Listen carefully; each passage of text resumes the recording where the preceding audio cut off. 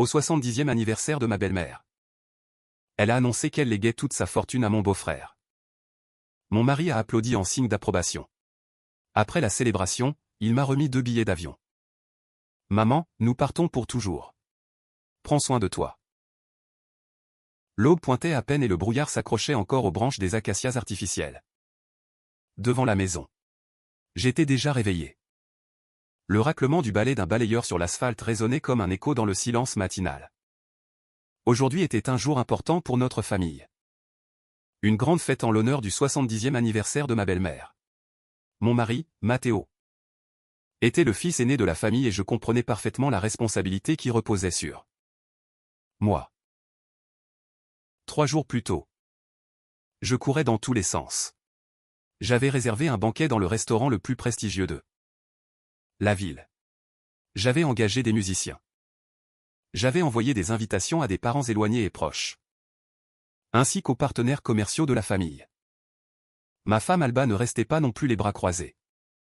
Elle se couchait tard et se levait tôt, vérifiant chaque paquet cadeau pour les invités. S'inquiétant pour chaque nappe. Mais dans cette atmosphère fiévreuse de préparatifs, je continuais de sentir un frisson parcourir mon dos quand je pensais à ma mère. Matteo, as-tu revu une fois de plus la liste des invités? Pourquoi ne vois-je pas le nom de Germain Riva de l'Association des entrepreneurs? Quelle est cette négligence? La voix de ma mère est arrivée du salon, tranchante et sèche comme le grincement du métal. Précipitamment, j'ai mis de côté la pile de factures et suis entré dans la pièce. Oui, maman. Je lui ai remis personnellement l'invitation mardi dernier. Ce matin, j'ai rappelé pour le lui rappeler.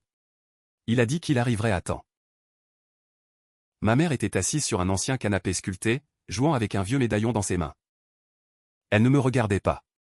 Son regard était fixé sur la cour, où mon frère cadet Marcos se prélassait dans un hamac en jouant avec son téléphone, sans prêter la moindre attention aux ouvriers qui s'affairaient à monter une tente. Eh bien, Marcos dit que Germain Riva a changé de numéro de téléphone récemment. Tu es le frère aîné et tu ne partages jamais les informations à jour avec le petit. Si tu continues à être aussi têtu dans tes affaires, un jour tu gâcheras tout. Après avoir lâché cette phrase, ma mère s'est levée et s'est dirigée directement vers Marcos. Je suis resté paralysé au milieu du salon. Alba est sortie de la cuisine et m'a touché doucement la main. Dans ses yeux, il y avait de la tristesse, mais aussi un immense soutien. J'ai forcé un sourire pour tranquilliser ma femme. 15 ans de gendre. 15 ans à porter l'entreprise familiale depuis la mort de mon père. Mais ma mère restait la même. À ses yeux, j'étais seulement une machine de travail, efficace, mais insensée. Et Marcos, le fils cadet, qui avait donné un héritier à la lignée, était le vrai trésor. Vers 9 heures du matin, les invités ont commencé à arriver. Notre vieille mais imposante maison brillait aujourd'hui avec la décoration. Rires, félicitations et musique ont rempli tout le quartier de bruit. Moi, en costume strict, je recevais les invités à l'entrée. Tous, en passant, louaient Adleda. Quelle chance elle a d'avoir un fils aîné comme celui-ci, intelligent, entreprenant. Lui seul a redressé l'entreprise familiale.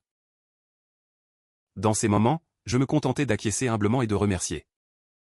Mais je savais que ma mère, qui était proche et entendait ces mots, pinçait les lèvres de mécontentement. Pendant que je transpirais, recevant les invités et dirigeant en même temps les serveurs, Marcos est apparu avec un costume de marque étincelant. Il se promenait entre les tables avec un verre de brandy de Jerez, échangeant des compliments avec oncle et tante.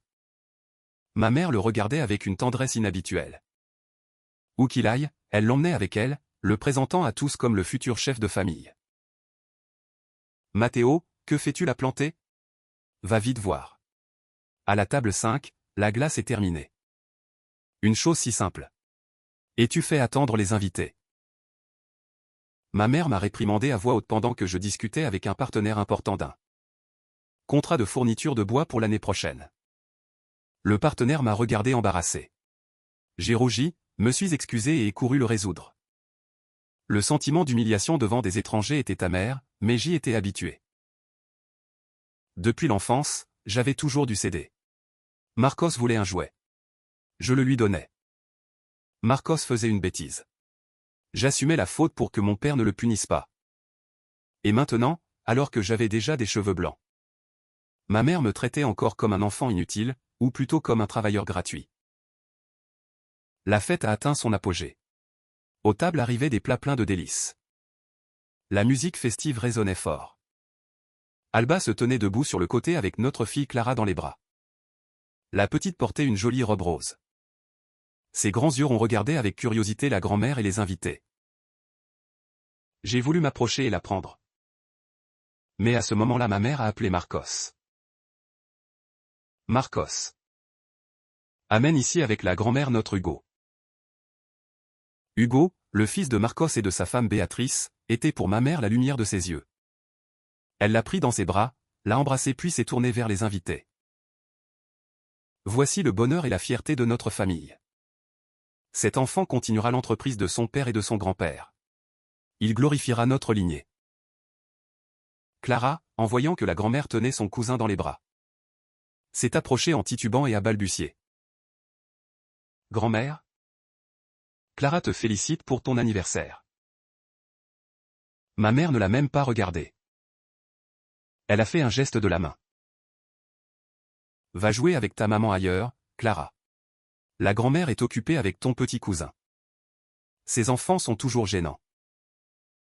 La petite est restée figée. Ses petites lèvres ont tremblé et en sanglotant elle s'est réfugiée dans les jambes d'Alba. J'étais au loin et mon cœur s'est serré. Une rage sourde a bouilli en moi. Mais je me suis contenu. J'ai regardé le portrait de mon grand-père maternel qui était accroché discrètement dans le bureau. Il était le seul à me comprendre. Il m'avait appris qu'un arbre fort se plie avec le vent, mais ne se brise pas pour attendre son moment. Aujourd'hui je baisserai la tête au nom du devoir filial. Mais je savais qu'après cette fête tout changerait. La fête s'est terminée, les invités sont partis. Dans la maison ne restaient que les membres de la famille et quelques aides qui nettoyaient le désordre de la fête bruyante. L'odeur d'alcool se mélangeait à celle des restes de nourriture, créant une atmosphère étouffante. Ma mère était assise majestueusement dans le fauteuil principal. Sur son visage subsistait encore une expression de satisfaction pour les éloges des parents. Marcos et Béatrice étaient assis à ses côtés avec des visages complaisants. Je venais de dire au revoir au dernier invité et m'apprêtais à me reposer un peu quand j'ai entendu la voix de ma mère. Moi, Alba et Clara sommes entrés dans le salon. Écoutez-moi tous. Aujourd'hui est un jour heureux pour moi et je veux qu'il le soit jusqu'à la fin. A commencé ma mère. Sa voix sonnait plus solennelle que d'habitude. Elle s'est approchée de Hugo. Lui a donné un morceau de gâteau puis nous a lancé un regard à ma femme et à moi. Dans ce regard, j'ai vu clairement froideur et calcul. Dans notre famille, le plus important a toujours été les traditions et la continuation de la lignée. Marcos peut aimer la fête, mais il a un grand mérite. Il a donné un fils à notre maison. C'est la plus grande bénédiction. Elle caressait la tête du petit Hugo. Alba à mes côtés serrait fortement le bord de sa robe. Je comprenais sa douleur. Nous étions mariés depuis 10 ans et nous n'avions que Clara. Alba avait été enceinte une deuxième fois. Mais à cause de l'épuisement au travail de l'entreprise familiale, elle avait fait une fausse couche. Depuis, les médecins avaient dit qu'il lui serait difficile de tomber à nouveau enceinte. Ma mère non seulement n'avait pas eu pitié, mais elle l'avait utilisé comme prétexte pour le lui reprocher. Toutes ces années. Maman, la belle-sœur Alba a aussi beaucoup travaillé, est intervenu Marcos. Mais dans sa voix il y avait plus de moquerie que de défense. Mais une fille est une branche détachée, elle se mariera et deviendra une étrangère. Seul un fils reste pour honorer les ancêtres et prendre soin de sa mère dans la vieillesse. Sa femme Béatrice a immédiatement acquiescé. Correct, maman. Nous, mon mari et moi, malgré les difficultés, nous nous sommes efforcés d'avoir un garçon pour réjouir la grand-mère. En revanche, le frère et la belle-sœur tout le temps plongés dans l'entreprise. Et à la maison il fait froid, il n'y a pas de voix d'héritier. C'est triste. Clara, à ce moment-là, tenait une petite poupée. La petite semblait sentir la tension et se blottissait contre sa mère. Hugo, en voyant la belle poupée, a couru et a essayé de la lui arracher. C'est à Hugo. Hugo la veut. A-t-il crié. C'est à la petite sœur. Papa vient de me l'acheter. A serré Clara la poupée avec force. Ma mère a crié immédiatement. Clara, tu es l'aînée. Pourquoi es-tu si égoïste? Te disputer avec ton cousin pour une poupée. Donne-la lui tout de suite. Mais. Grand-mère. Seulement Clara. J'ai dit de la lui donner. Ou va dans ta chambre. Ne gêne pas ici. Ma mère s'est levée d'un bond, a arraché la poupée des mains de Clara et l'a donnée à Hugo. L'enfant a ri victorieusement tandis que ma fille éclatait en sanglots amers. Alba l'a rapidement prise dans ses bras. Ses propres yeux se sont remplis de larmes. Elle n'a rien dit. A seulement fait une révérence à ma mère et a emmené la petite en silence à l'étage. J'étais debout, serrant les poings avec une telle force que les ongles s'enfonçaient dans mes paumes. Je voulais crier, demander comment elle pouvait être si cruelle avec sa propre petite fille. Mais en regardant les yeux de ma mère, je ne voyais qu'un conservatisme extrême. Matteo, ne fais pas cette tête, a dit ma mère froidement. Je le fais pour lui apprendre à céder. Elle, une fille, quand elle se mariera devra savoir quelle est sa place. Et Hugo est notre héritier. Il a droit à des privilèges. J'ai soupiré. Ma voix s'est adoucie. Maman, il ne s'agit pas de la poupée. Je demande seulement que tu sois un peu plus juste. Clara est aussi ta petite fille. Elle a aussi besoin de l'amour de sa grand-mère. Plus juste. Ma mère a souri avec dédain. Dans cette maison, je suis la plus grande justice. Qui mérite le plus reçoit le plus. Tu es capable. Tu gagnes de l'argent, mais tu n'as pas pu me donner un petit-fils qui continue la lignée. C'est le plus grand péché. Il s'avérait que tous mes efforts des 15 dernières années, les nuits blanches sur les plans, les longs voyages d'affaires dans les forêts lointaines à la recherche du meilleur bois, les nuits où j'avais dû boire jusqu'à la nausée pour signer un contrat. Tout cela n'avait aucune valeur, seulement parce que je n'avais pas eu de fils. Marcos était assis avec une jambe négligemment croisée sur la table, avec une expression de complète satisfaction. Il savait que dans cette lutte pour la faveur de sa mère, il avait gagné sans le moindre effort. Je suis sorti dans la cour. Le vent nocturne soufflait des faubourgs apportant de la fraîcheur. J'ai regardé le ciel parsemé d'étoiles. Je me suis souvenu de mon grand-père quand il était vivant. Il m'emmenait souvent au jardin. Il disait, « Matteo, la vie d'un homme est comme un arbre. Il y a des arbres qui fleurissent luxueusement, mais ne donnent pas de fruits. Et il y en a d'autres qui se dressent modestement à l'ombre, mais leurs fruits sont doux. L'essentiel est de vivre avec la conscience tranquille et le ciel se chargera du reste. » Alors je ne comprenais pas complètement ces paroles, mais maintenant. Debout dans la maison où j'avais investi tant d'efforts, je me sentais un étranger. Un étranger qui était poussé à la marche par ses êtres les plus chers. J'ai sorti le téléphone et appelé un vieil ami en Asturie.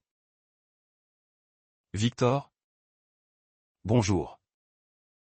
Comment va le terrain que je t'ai demandé? Oui. Tout est prêt. Je crois que le moment est bientôt arrivé. J'ai raccroché. Je sentais une grande lourdeur dans l'âme, mais en même temps un certain soulagement. Le plan que j'avais tramé en secret pendant longtemps semblait être arrivé le moment de l'exécuter. Ma mère veut tout donner à Marcos. Bien, je respecterai son désir. Mais ce que signifiait vraiment ce tout? Peut-être seulement moi et mon défunt grand-père le savions. Le lendemain matin, la tension dans la maison ne diminuait pas. Après un modeste petit déjeuner, ma mère nous a ordonné à tous de nous réunir dans le salon pour une conversation importante. Je savais que ce moment arriverait. Mais je ne m'attendais pas à ce qu'il soit si rapide et en public. Les parents du côté paternel et maternel, apparemment prévenus à l'avance par ma mère pour être témoins, des visages familiers. Oncle et tante que j'avais toujours respectés. Aujourd'hui ils me regardaient avec pitié ou curiosité. Ma mère était assise à la place d'honneur. À côté d'elle, une boîte en bois avec des documents familiaux importants. Elle s'est raclée la gorge et dans la pièce le silence s'est fait. Chers parents, soyez témoins, a-t-elle commencé d'une voix retentissante. Je suis déjà vieille. La santé n'est plus la même. Cette entreprise m'a été laissée par mon mari et nos ancêtres. Mon devoir est de la remettre entre des mains dignes pour maintenir le feu dans le foyer familial. Elle a fait une pause, a promené son regard sur tous et s'est arrêtée sur Marcos. Il s'était changé pour l'occasion et avait l'air très présentable. Bien qu'il ne puisse cacher son expression paresseuse habituelle. Matteo est le fils aîné et toutes ces années il a beaucoup travaillé pour l'entreprise. Je le reconnais, a dit ma mère. Mais sa voix est soudain devenue âpre. Mais il ne sait que d'argent et de travail et il a oublié les racines. Cette maison a besoin d'un héritier, quelqu'un qui conserve la terre, la maison. Qui honore les ancêtres. Marcos l'a fait. Il a mis au monde Hugo et c'est la plus grande bénédiction pour notre famille. J'étais dans un coin de la pièce les bras croisés sur la poitrine. Observant en silence. Alba était à mes côtés. Je sentais ses épaules trembler. Par conséquent, aujourd'hui en présence de vous tous j'annonce que toute la maison.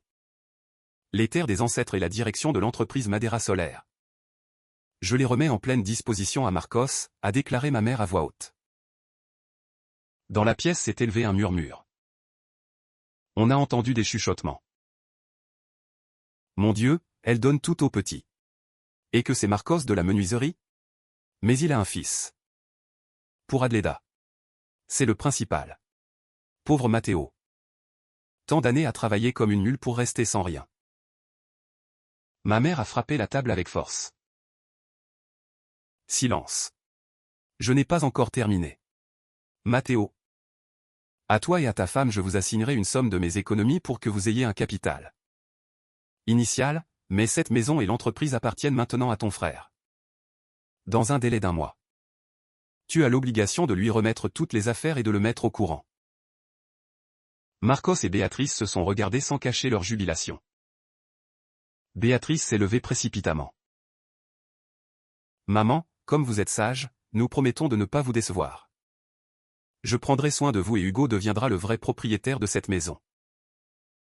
J'ai regardé ma mère, puis Marcos. Il me regardait avec défi, comme pour dire, tu vois, aussi bon que tu sois. Au final tu n'es qu'un employé pour moi. Tous les regards étaient fixés sur moi, attendant une explosion de colère. Une protestation furieuse ou au moins une supplique, mais non. J'ai respiré profondément. Sentant comme un poids de 1000 tonnes que j'avais porté toutes ces années se détacher de mes épaules. Je suis sorti au centre du salon. Ma mère me regardait inquisitoirement. As-tu une objection? Et ne dis pas que je suis injuste. Je le fais pour l'avenir de notre lignée. Je l'ai regardé directement dans les yeux et sur mes lèvres est apparu un léger sourire. J'ai commencé à applaudir. Des applaudissements lents et sonores ont résonné dans la pièce silencieuse. Félicitations, maman.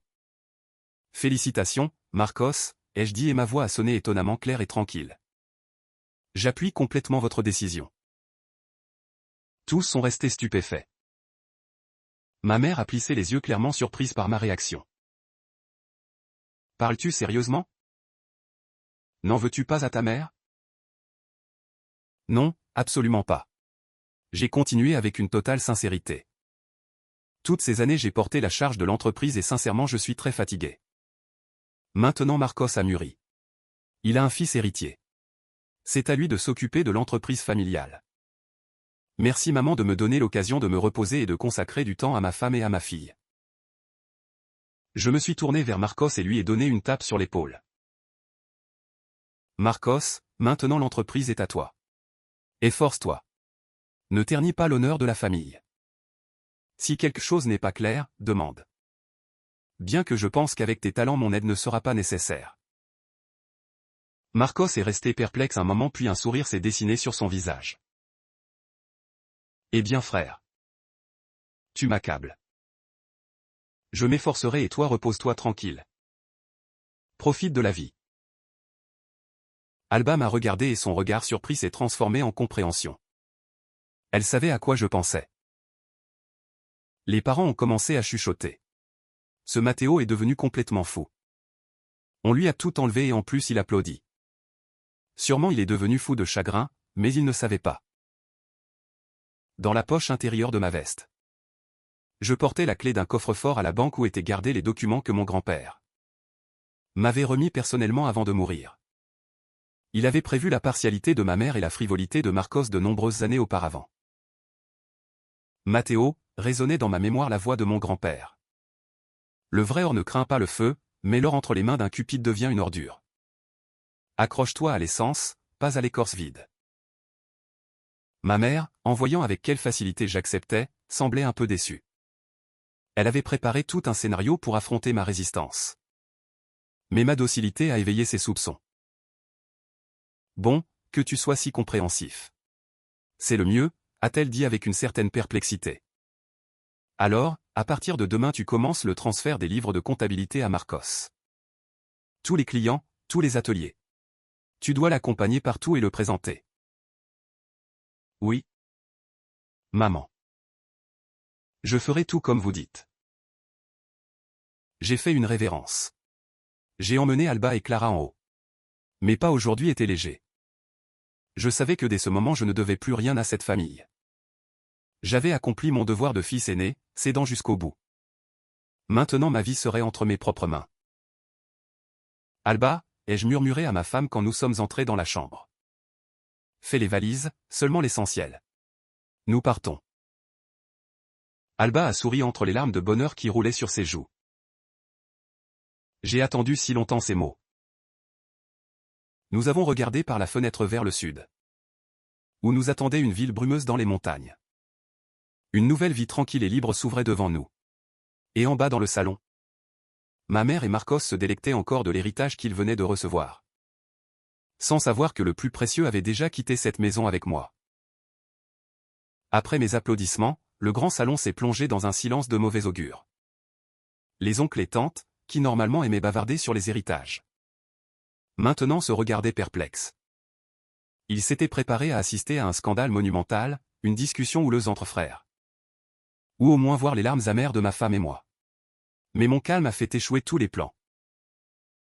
Je sentais clairement comme un nouveau vent soufflait dans mon cœur. Ce n'était pas le vent froid de la perte, mais le vent frais de la liberté. Pendant les 15 dernières années. Chaque matin je me réveillais avec la sensation d'avoir sur mes épaules des milliers de tonnes de bois, des centaines de factures et la pression de devoir plaire à ma mère.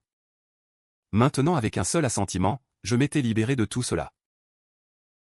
Matteo, parles-tu sérieusement? A rompu le silence ma mère avec sa question pleine de doute. Elle a plissé ses yeux déjà voilés par l'âge. Essayant de trouver sur mon visage une ombre de ressentiment ou de ruse. Ne le regretteras-tu pas? Ne diras-tu pas ensuite dans mon dos que ta mère est injuste?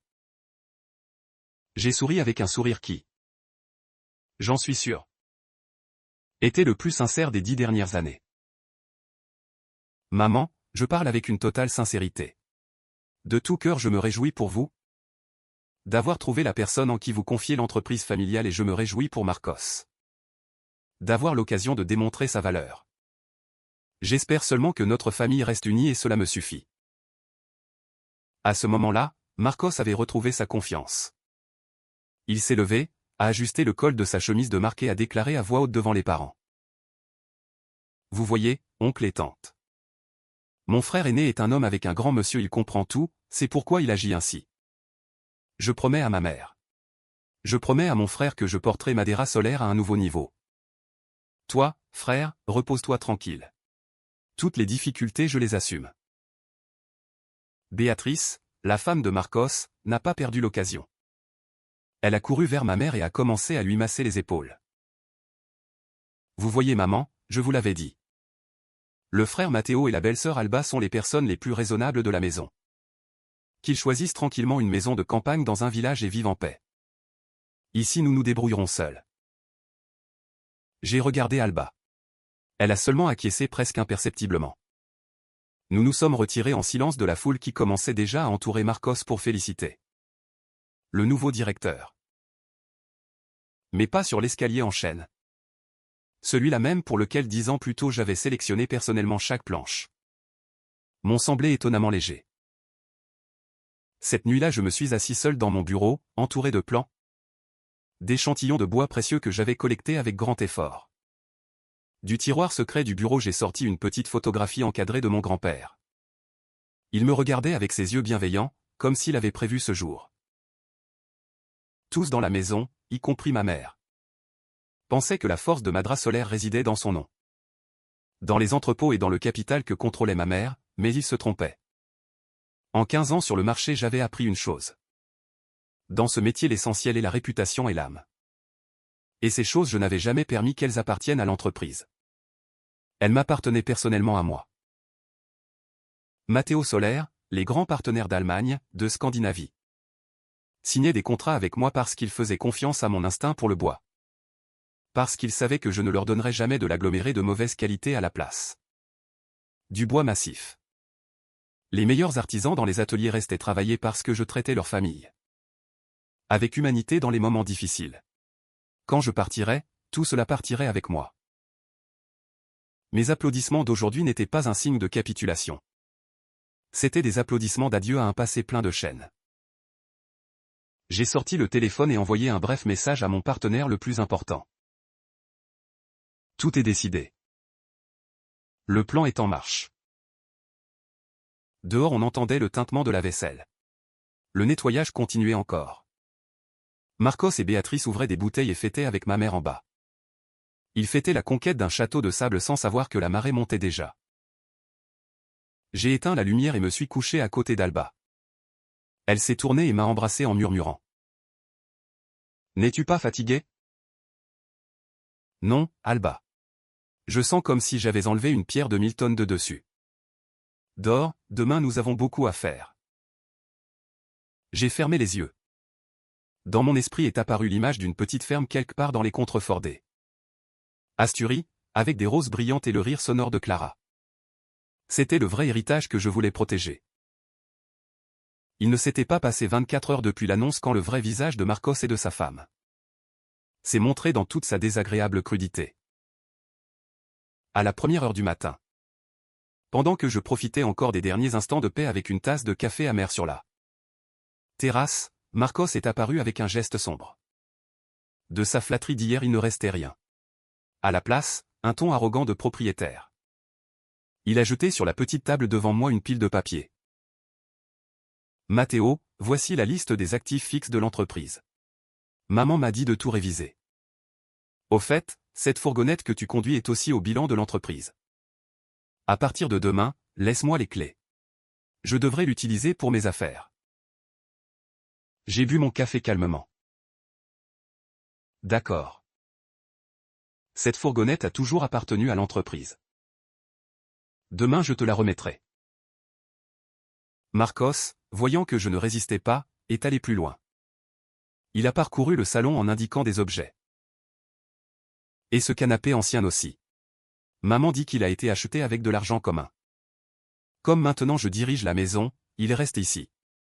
Quand vous partirez, ne touchez à rien. De la chambre est sortie Béatrice, tenant un ancien vase en porcelaine que j'avais offert à ma mère l'année dernière.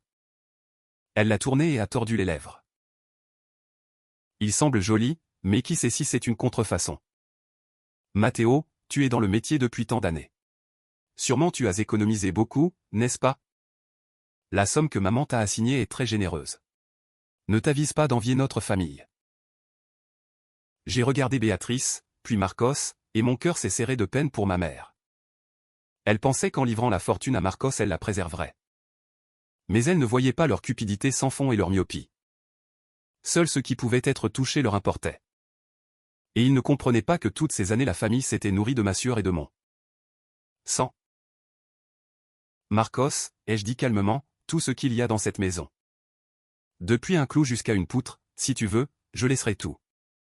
Je n'emporterai que ce qui nous appartient personnellement à ma femme et à moi. Tu n'as pas besoin d'être autant sur la défensive. Marcos a souri avec dédain.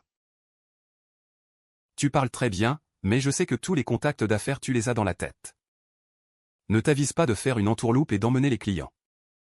Si je vois que les revenus de l'entreprise baissent, je dirai à maman que tu nuis à ton petit frère. Je n'ai pas pu m'empêcher de rire. Marcos était simplement un grand enfant dans le monde des affaires. Il pensait que les clients étaient un troupeau de moutons qu'on pouvait emmener n'importe où. Simplement en occupant la place du berger. Fais simplement bien ton travail. Les clients sont des gens intelligents. Ils travaillent seulement avec ceux qui leur apportent des bénéfices. L'après-midi, La situation a empiré. Quand Alba rangeait nos vêtements dans les valises, Béatrice est entrée dans la chambre sans frapper. S'est approchée directement de la coiffeuse d'Alba et a pris son coffret à bijoux. « Belle-sœur Alba, ce collier te l'a offert maman pour votre 10e anniversaire de mariage. N'est-ce pas? Je crois que tu devrais le rendre à maman après tout. Tu n'as pas donné d'héritier à cette famille. Il n'est pas approprié que tu gardes des reliques familiales. » Alba est restée figée. Son visage a pâli d'humiliation. Elle a voulu dire quelque chose. Mais à ce moment je suis entré et lui ai doucement enlevé le coffret des mains à Béatrice. « Béatrice, ce que maman a offert appartient à Alba. Tu n'as pas le droit d'en disposer. Si maman veut le récupérer, elle nous le dira elle-même. Et maintenant, s'il te plaît, sors et laisse ma femme faire les valises. » Béatrice a tapé du pied par terre et en sortant a lancé une phrase venimeuse. « Nous verrons combien durera votre noblesse. Nous verrons si tu applaudis aussi quand tu resteras les mains vides. » J'ai fermé la porte et ai embrassé les épaules tremblantes d'Alba. « Ne te chagrine pas, chérie. Plus il se comporte ainsi, plus je suis convaincu que notre décision de partir est la bonne. Un jour de plus ici et notre âme aura une cicatrice supplémentaire. » Cette même nuit, Marcos a organisé une autre petite fête en invitant ses copains de cartes et de verre pour célébrer son nouveau poste. Cris et tintements de verre ont résonné dans la maison toute la nuit. Ma mère était assise dans la pièce voisine. Peut-être a-t-elle commencé à sentir qu'il y avait quelque chose de malsain dans ce bruit. Mais elle essayait encore de se convaincre que c'était seulement la jeunesse et l'énergie. Marcos ne savait pas que pendant qu'il s'enivrait avec les flatteries de ses compères, j'avais déjà signé ma lettre de démission et lui avais préparé tous les documents pour la remise d'une écorce vide, une entreprise sans artisans expérimentés, sans partenaire fiable et avec un entrepôt plein de marchandises invendables. C'était l'héritage que sa cupidité avait accepté aveuglément. J'ai regardé Clara endormie. Sa petite main serrait le bord du chemisier de sa mère. « Demain tu n'auras plus à être timide et avoir peur dans cette maison. Demain papa t'emmènera dans un endroit où tu pourras être toi-même, où on t'aimera et te valorisera. » La dernière nuit dans la vieille maison. L'air était imprégné de la fumée du tabac et du bruit de la fête de Marcos. Je me suis assis près de la fenêtre, regardant le jardin où les plantes semées par mon père étaient maintenant couvertes de mégots et de restes de boissons de ses amis. Le cœur se serrait, non par peine pour les choses, mais par la nostalgie du travail d'un homme décédé. Alba s'est approchée et a mis une main sur mon épaule. Dans la faible lumière de la veilleuse j'ai vu ses yeux rougis. Alba était la femme la plus patiente que je connaissais. En 10 ans de mariage, elle n'avait jamais répondu à ma mère, aussi cruelle que soit la belle-mère. Elle avait consacré toute sa jeunesse à prendre soin de cette maison et de moi pour que je puisse travailler tranquille. « Vraiment nous partons. Matteo ?» a demandé Alba. Sa voix était basse, comme un murmure de vent.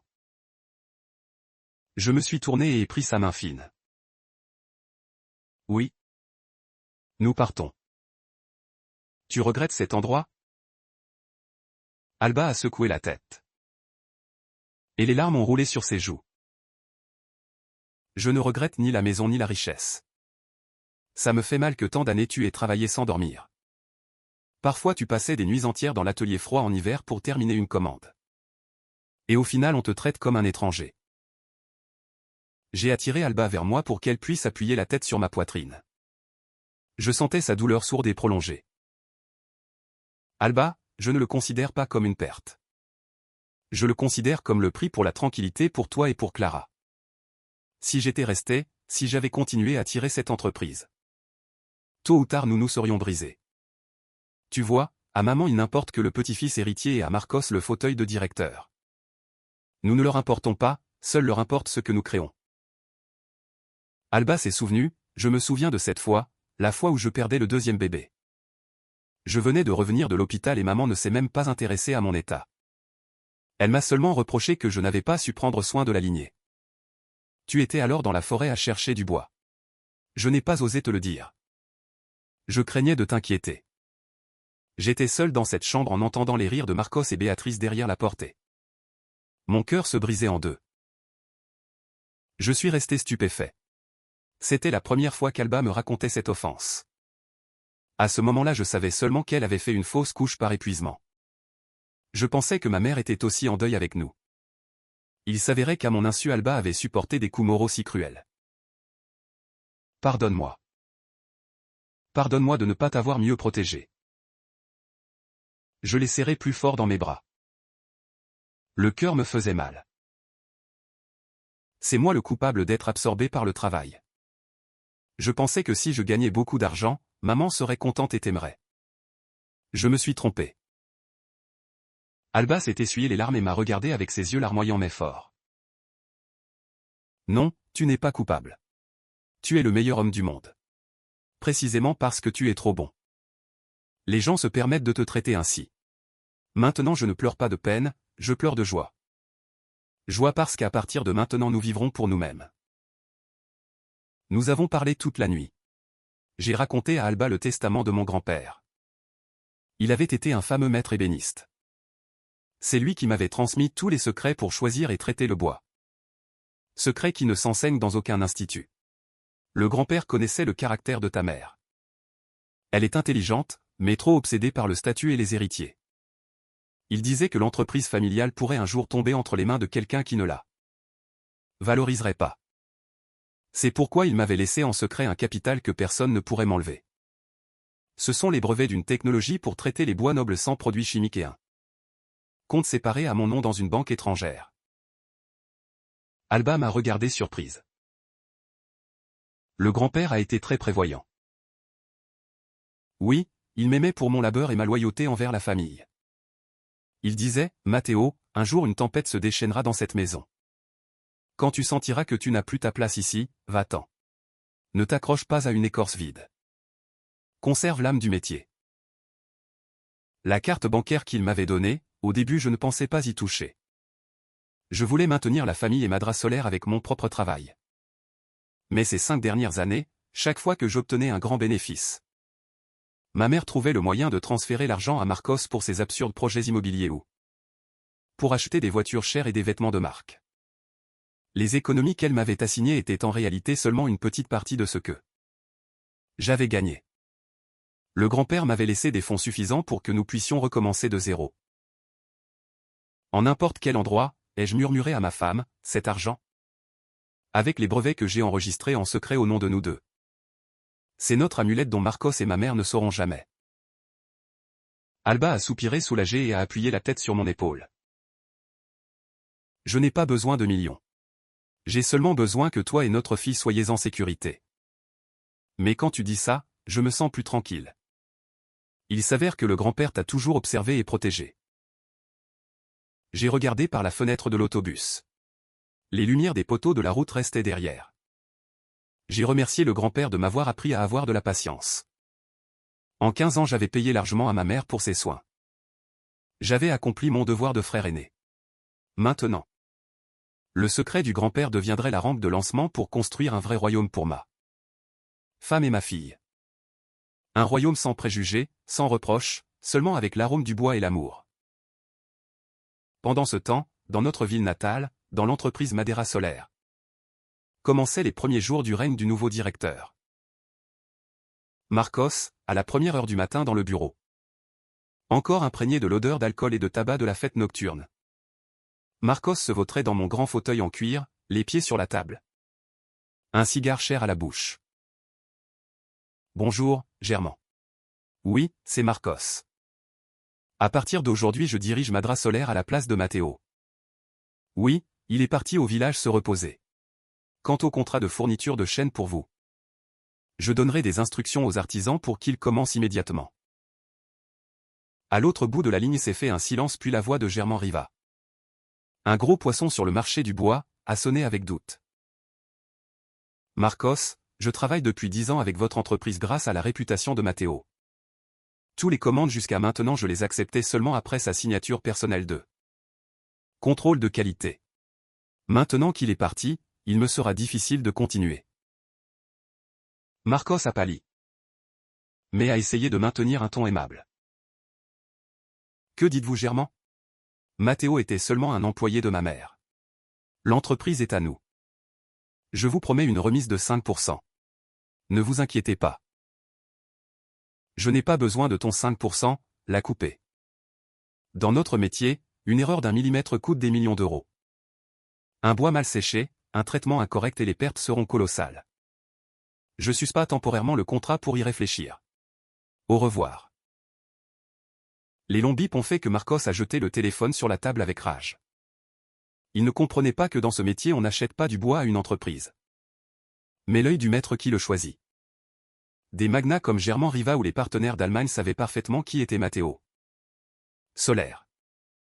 Ils savaient que seul Matteo pouvait passer des semaines à errer dans les forêts et marais à la recherche d'un arbre unique. Et seul Matteo savait comment faire respirer le bois pour qu'il ne se fende pas. En même temps, dans notre ancienne maison, ma mère s'affairait à recevoir une délégation d'Allemagne. C'étaient des partenaires stratégiques qu'elle courtisait depuis 3 ans. Ils étaient venus signer un contrat à long terme pour la fourniture de mobilier exclusif pour une chaîne d'hôtels 5 étoiles à Berlin.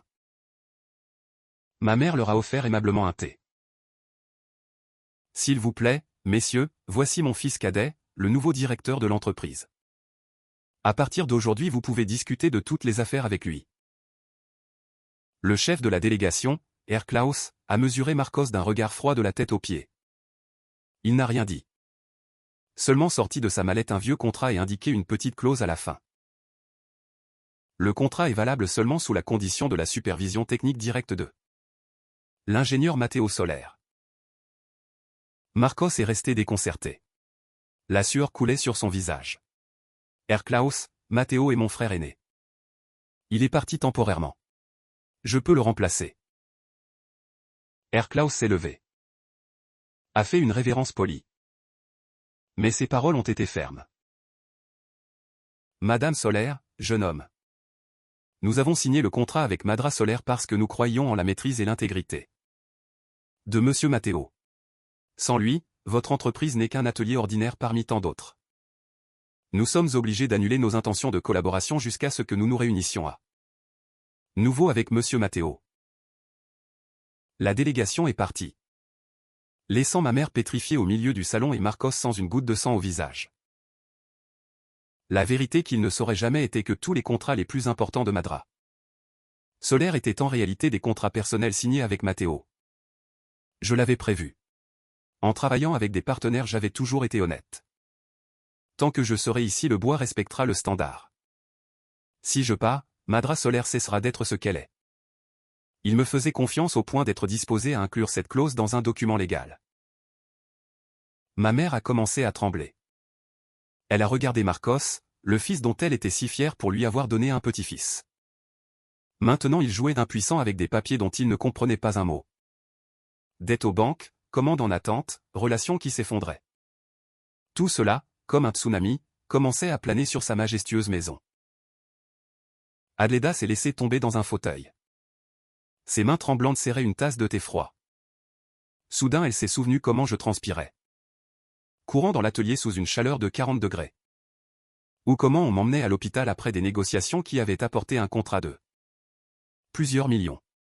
Alors, elle le considérait comme le devoir du fils aîné. Maintenant que je n'étais plus là, elle s'est rendue compte à quel point ce devoir était lourd. Marcos. Appelle Matteo immédiatement. A ordonné ma mère d'une voix tremblante. Maman, j'ai appelé. Son téléphone est éteint. Sûrement il veut éluder sa responsabilité, a crié Marcos en essayant de cacher sa propre peur. Il ne savait pas que je n'éludais pas ma responsabilité. Simplement j'emportais ce qui m'appartenait, ces contrats, cette réputation, ce nom, Matteo Soler. Maître du bois, n'avait jamais vraiment appartenu à Madra Soler. C'était un actif intangible que j'avais construit avec mon sang et ma sueur pendant 15 ans. Après presque 10 heures d'autobus, l'air a commencé à changer. La chaleur de la plaine a cédé la place à une brise fraîche avec odeur de résine de pin. Les Asturies se sont présentées à nous dans une brume matinale. Une ville sur les pentes avec de vieilles maisons en bois et cette tranquillité que nous désirions tant. Nous sommes descendus dans une petite gare. Clara s'est frotté les yeux et a crié de joie. Papa. Combien de nuages? Notre maison sera dans les nuages. J'ai souri et les prise dans mes bras. Oui. Petite. Notre maison sera où les nuages entrent directement par la fenêtre. Alba a regardé autour d'elle. Malgré la fatigue. Ses yeux brillaient d'espoir. Où as-tu trouvé la maison? Loin du centre. Nous vivrons en périphérie. Un petit terrain avec un jardin que j'avais demandé à Victor de nous acheter il y a 2 ans. C'est tranquille. Il y a assez de terre pour que tu plantes des fleurs et je pourrai me construire un petit atelier. Nous avons pris un taxi et nous sommes dirigés vers un petit village dans les contreforts. La route serpentait entre des collines de pins et des jardins avec des hortensias aux couleurs vives. Notre terrain était sur le flanc d'une colline avec vue sur une vallée profonde. Là il y avait déjà une petite mais robuste maison en bois. En entrant dans la maison, j'ai senti l'odeur de pain frais et d'herbes sauvages et l'âme s'est soulagée. J'ai laissé les valises, ouvert grand la fenêtre, regardant la vallée. Une sensation totale de liberté m'a envahi. Plus de cris de ma mère, ni moqueries de Marcos, ni réceptions éthyliques jusqu'à l'oubli. Que c'est beau, Matteo, a murmuré Alba debout à mes côtés. Je ne pensais pas que nous pourrions avoir un endroit comme ça. Ce sont mes économies personnelles des primes que me donnaient les clients. Ce n'est pas de l'argent de l'entreprise, ai-je expliqué. Je voulais amener toute la famille ici en vacances. Mais il semble qu'à présent cet endroit est seulement pour nous. Je me suis mis à nettoyer. Clara courait dans la cour en poursuivant des papillons jaunes. Alba a rapidement allumé le poêle et l'odeur de fumée s'est mélangée à l'arôme du café. La nouvelle vie avait vraiment commencé. Les premiers jours aux Asturies je n'ai pas eu hâte de travailler. J'ai passé du temps avec ma femme en achetant des graines de rose et de lavande pour notre jardin. J'ai passé du temps avec ma fille sous les pins. Lui apprenant à écouter le chant des oiseaux et à distinguer les feuilles des arbres. Mais au fond de mon cœur je savais que je ne pourrais pas rester longtemps sans rien faire. Le métier coulait dans mon sang. La nuit, quand ma femme et ma fille dormaient déjà. Je m'asseyais sous le porche et étudiais le cahier de mon grand-père. Formule pour le traitement du bois, secret de la taille fine. Je voulais les appliquer dans des pièces sous ma propre marque. Atelier de Matteo. Encore éveillé. Alba est sortie et m'a mis un pull chaud sur les épaules. Je fais un plan. Je veux ouvrir une ferme de fleurs combinée avec un atelier d'artisanat en bois. Les touristes viendront non seulement admirer les fleurs, mais aussi voir comment nous transformons des morceaux de bois brut en œuvre avec âme. Alba m'a regardé avec une confiance totale. Je crois que tu y arriveras. Tu es Matteo Solaire, le maître. Où tu es, arrivent des merveilles faites par des mains humaines. Je lui ai pris la main en regardant les lumières clignotantes de la ville au loin. Je savais que là-bas en bas Marcos et ma mère devaient essayer désespérément de sauver l'entreprise. Mais je savais aussi que la cupidité et l'injustice se paient tôt ou tard. Je ne les haïssais pas. Je ressentais seulement de la peine qu'ils aient perdu le plus précieux de la famille. Les liens de parenté et l'honnêteté. Demain je commencerai à construire mon premier atelier. Demain les fleurs du jardin commenceront à prendre racine. Et demain commencera un nouveau chapitre brillant et tranquille dans la vie de ma famille. Dans cette meseta balayée par le vent. Le soleil du matin aux Asturies était doux comme le miel. Mais je savais qu'à la maison l'ambiance devait être au rouge vif. Après avoir installé ma femme et ma fille, j'ai décidé de prendre le premier autobus de retour vers ma ville natale. Non par nostalgie, mais pour accomplir un dernier rituel, remettre à ma mère ma lettre de démission. En entrant dans le recinto de Madeira solaire, je me suis senti un étranger. Les piles de bois dans la cour semblaient grossières et sans vie. Le son des scies s'entendait encore, mais il était intermittent. Dépourvu du rythme énergique qu'il avait quand j'étais là. Je me suis dirigé directement vers le bureau de ma mère. Adleda était assise à la table. Sur son visage se lisait la fatigue de plusieurs jours de négociations ratées. En me voyant, ses yeux ont brillé un instant d'espoir. Mais aussitôt se sont cachés derrière sa sévérité habituelle. Tu es revenu. Où as-tu été tous ces jours? Pourquoi le téléphone éteint? Marcos devient fou avec ce contrat avec les Allemands. Va vite l'aider. Sa voix restait pleine de tons impératifs. En silence j'ai posé une enveloppe blanche sur la table. Maman? Je suis revenu pour vous remettre ceci. Ma mère a plissé les yeux et avec des mains tremblantes a ouvert l'enveloppe. En voyant le grand titre, lettre de démission, son visage est passé du rouge à un pâle mortel. Elle a frappé la table avec force, renversant le thé. Quelle est cette plaisanterie? Penses-tu abandonner l'entreprise dans un moment si critique? Tu es le fils aîné, le pilier de la famille. Comment peux-tu agir d'une manière civile? Je suis resté tranquille en la regardant directement dans les yeux. Maman, vous avez annoncé devant tous les parents que vous remettiez toute la direction à Marcos. Maintenant dans cette entreprise je suis un étranger. Marcos a besoin d'espace pour démontrer sa valeur et moi j'ai besoin de temps pour prendre soin d'eux. Ma petite famille. Petite famille. Tu ne penses qu'à ta femme et ta fille et tu oublies ta vieille mère? Tu as oublié l'entreprise de tes ancêtres? A crié ma mère. Sa voix. Je t'ai assigné des économies. Que veux-tu de plus? Prétends-tu me faire chanter avec cette lettre? Ou me forcer à révoquer la décision de transférer le pouvoir à Marcos? J'ai souri amèrement. Il s'avère qu'aux yeux de ma mère toutes mes actions étaient un calcul.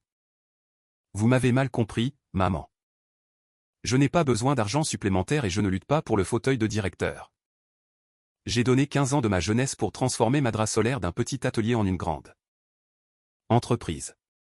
Je considère que j'ai payé largement ma dette envers cette famille. À partir de maintenant, permettez-moi de vivre ma propre vie. À ce moment-là, Marcos est sorti en courant de la pièce voisine avec le visage en colère. Frère, tu as perdu toute honte. Tu sais parfaitement que les clients t'écoutent seulement toi. C'est pourquoi ils me compliquent la vie. Et tu choisis précisément ce moment pour. Veux-tu me ruiner? Ruiner toute notre famille pour te sentir mieux. J'ai regardé mon frère cadet. Que j'avais autrefois tant protégé. Marcos, si tu es aussi bon que tu le dis, tu trouveras de nouveaux clients par toi-même. La réputation de Madras Solaire a été construite par le travail de nombreuses générations. Pas seulement le mien. Aie confiance en toi et travaille. Tu es un fils ingrat. A crié ma mère en me montrant du doigt. Tu t'es cru je ne sais quoi pour ton talent. Va-t'en et qu'on ne te revoie plus dans cette maison. Considère que je n'ai pas un fils comme ça. Les paroles de ma mère ont été le dernier coup qui a coupé le fil fin des sentiments familiaux. Je lui ai fait une dernière révérence et me suis tourné en silence vers la sortie. En marchant dans le couloir, j'ai vu comment les vieux artisans me regardaient avec tristesse. Je leur ai fait un geste de tête en guise d'adieu. Sentant comme une lourde armure se détacher de mes épaules. En sortant par la porte, je n'ai pas regardé en arrière. Je savais qu'à mon dos restaient les ruines de vieilles valeurs et de cupidité. Et devant le chemin vers ma femme et ma fille, vers les arômes des Asturies. Ma mère pouvait m'appeler ingrat. Mais le ciel voit tout. Chacun récolte ce qu'il sème. Après mon départ, Marcos, comme un oiseau libéré de sa cage, ne s'est plus contenu.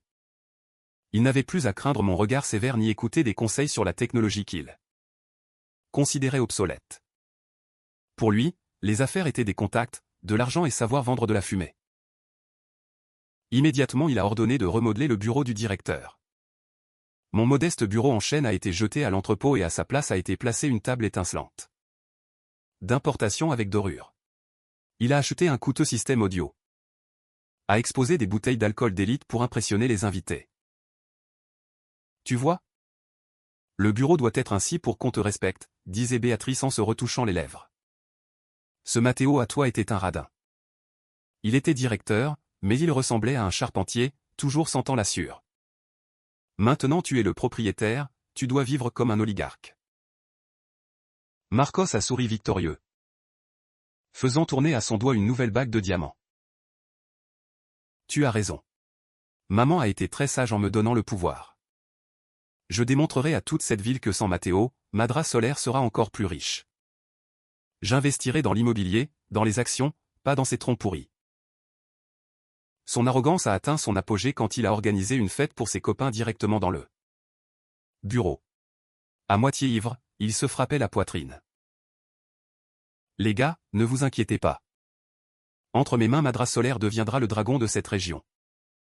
Mon frère était seulement un accro au travail, mais son intelligence n'arrive pas à la mienne. Maman vient de m'assigner 5 millions d'euros de capital circulant. Maintenant je vais m'étendre. Ma mère, qui était derrière la porte, voyait comment les amis louaient son fils cadet et se sentait fière. Elle croyait encore que son choix avait été le bon. Elle croyait que Marcos avait des dons de leadership, l'audace de la jeunesse. Tandis que moi j'étais trop conservateur. Je ne comprenais pas que ces 5 millions étaient toutes ses économies pour la vieillesse. Que Marcos maintenant dilapidait dans des divertissements sans sens. Marcos a commencé à changer le personnel. Les vieux artisans qui avaient travaillé avec mon père ont été licenciés sous prétexte qu'ils étaient trop intelligents et demandaient un salaire trop élevé. À leur place, il a engagé ses compères, qui savaient seulement le flatter et ne comprenaient rien au bois. Monsieur Marcos, une nouvelle partie de pain est arrivée. Il faut vérifier la qualité, a demandé un jeune ouvrier. Marcos a fait un geste de la main, sans détourner le regard de l'écran du téléphone avec les cotations de la bourse. Déchargez-la dans l'entrepôt. Le bois est du bois. Nous le peindrons et il sera joli. Ne m'ennuyez pas avec des bagatelles. C'est précisément cette confiance en soi et une incompétence flagrante qui ont semé les premières graines du désastre. Marcos croyait qu'avec l'énorme capital de sa mère il surmonterait n'importe quelle difficulté. Il se croyait plus malin que tout le monde. Mais en réalité il n'était qu'un enfant avec une épée affilée dans les mains, qui ne savait pas l'utiliser et qui tôt ou tard se blesserait lui-même et les autres. Les nuits, Marcos et Béatrice faisaient des plans sur une vie de luxe. Sur l'achat d'une villa dans la capitale, sur l'éducation de Hugo à l'étranger. Ils vivaient dans l'éclat illusoire que j'avais créé avec tant d'efforts pour la marque Madra Solaire, sans savoir que cet éclat s'éteignait avec chaque pas que je faisais loin de l'entreprise.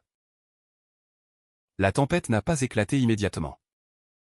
Elle a commencé par des vents froids de la part des clients. À peine une semaine après que Marcos ait assumé complètement le pouvoir, les premiers problèmes sont apparus. Le lundi matin, une délégation de la province voisine est arrivée au bureau de Madra Solaire. Ils n'apportaient pas de sourire, mais de la colère. Ils étaient conduits par Monsieur Sifuente, un client de toujours qui me respectait beaucoup. Jeune homme, comment expliquez-vous cette partie d'acajou? Sifuente a frappé le bureau étincelant de Marcos. Dans le contrat il est clairement spécifié du bois de première qualité traité avec la technologie biologique de Matteo Solaire et je viens de l'installer sur le chantier et en 3 jours le bois a commencé à se fendre. La couleur n'est pas uniforme. Je l'ai envoyé analyser et on m'a dit que ce sont des copeaux pressés traités avec des produits chimiques bon marché. Marcos est resté déconcerté. La sueur coulait sur son front. Monsieur Sifuente. Probablement il y a eu une erreur pendant le transport. Nous enquêterons. Quelle erreur? Je travaille depuis 10 ans avec Matteo et il n'y a jamais eu un seul défaut. Dès qu'il est parti, ils ont décidé de se consacrer à la fraude, a crié Sifuente. Sa voix s'entendait jusqu'à l'atelier. J'exige de résilier le contrat et le remboursement de la compte ou je présenterai une plainte et je le raconterai à toute l'association. Marcos, pris de panique, a commencé à appeler ses subordonnés. Mais ceux-ci se regardaient seulement perplexes. Les artisans expérimentés qui savaient travailler le bois avaient été licenciés quelques jours plus tôt. En même temps, d'autres partenaires importants ont aussi commencé à se comporter de façon étrange. Les appels, dont Marcos était si fier, sont devenus maintenant son cauchemar. Quelqu'un annulait un contrat sous prétexte d'un changement de plan. Un autre exigeait une réunion personnelle avec l'ingénieur Solaire pour confirmer la qualité avant de payer. Le climax a été la visite du représentant d'une grande banque. Le mercredi il n'est pas venu féliciter le nouveau directeur, mais notifier le recouvrement anticipé d'un crédit dû au changement drastique de personnel et à la chute de la réputation de l'entreprise. Ma mère, en l'apprenant, a couru au bureau. En voyant le chaos de clients discutants et d'employés déconcertés, elle a presque perdu connaissance. Marcos, que se passe-t-il? Pourquoi tous les clients retirent l'argent? Adleda a saisi son fils par le bras. Marcos a perdu toute sa confiance en soi. Il a crié comme un enfant pris en faute. C'est toute la faute de Matteo. Sûrement il a convaincu les clients de me tourner le dos. Il veut voir mon échec. Ma mère a regardé Marcos. puis le luxueux mais vide bureau du directeur. Pour la première fois elle a senti de la peur. Elle a compris que la brillante écorce de madras solaire, dont elle était si fière, était pourrie de l'intérieur. Les clients n'avaient pas besoin d'un bureau doré, ils n'avaient pas besoin de boissons chères. Ils avaient besoin de l'âme et des mains habiles d'un vrai maître. Utilise l'argent que je t'ai donné, règle tout immédiatement. Rembourse l'argent à Sifuente, corrompt les banquiers pour qu'ils reportent le paiement. A murmuré Adleda. Elle ne savait pas que ces 5 millions Marcos les avait déjà investis dans un projet de terrain sûr. Conseil de ses copains de verre. Dans le coffre-fort ne restait que quelques dizaines de milliers qui ne suffisaient même pas à payer les salaires des travailleurs de ce mois. La tempête n'avait fait que commencer. Marcos et ma mère essayaient encore de boucher les trous sans comprendre que les fondations de madras solaire, la confiance, étaient complètement détruites et étaient parties avec moi aux Asturies. Et moi de loin gardais le silence, non par jubilation, mais parce que je savais que c'était le prix qu'il devait payer pour apprendre la leçon sur la valeur d'une personne et l'honnêteté dans les affaires. Pendant que je profitais des matinées tranquilles aux Asturies, respirant l'arôme des pins et voyant Alba arroser les roses nouvellement plantées. Dans ma ville natale, une tempête de dettes s'abattait sur le toit de madras solaire. Les nouvelles de la ville me parvenaient par de brefs appels des vieux artisans. Ils racontaient que l'ambiance dans l'entreprise était devenue asphyxiante. La montagne d'argent de 5 millions que ma mère avait donnée à Marcos s'était évaporée dans des projets immobiliers douteux. En réalité, Marcos avait été escroqué par ses propres amis. Il ne restait plus de capital circulant. Les revenus des anciens contrats avaient cessé à cause du refus des clients d'accepter de la marchandise défectueuse. Madras Solaire s'était enfoncé dans les dettes. Un après-midi m'a appelé l'oncle Nicolas, un vieux artisan qui avait travaillé avec mon père. Sa voix tremblait. Matteo. L'entreprise est au bord de la faillite. Aujourd'hui les créanciers étaient à la porte menaçant de sceller l'entrepôt si on ne paie pas les intérêts bancaires la semaine prochaine. Marcos s'est enfermé dans le bureau et Adleda s'évanouit. Les travailleurs n'ont pas été payés depuis 3 mois. Tous veulent partir. J'ai écouté en silence et mon cœur s'est serré. Malgré ma décision de partir, ça me faisait mal d'entendre comment l'entreprise construite par mon père et par moi s'effondrait. Mais je savais que si j'intervenais maintenant je remettrais à nouveau le joug de l'injustice. À ce moment-là, dans le bureau, Marcos était assis la tête entre les mains. Devant lui, une pile de notifications de paiement en retard de 3 banques différentes.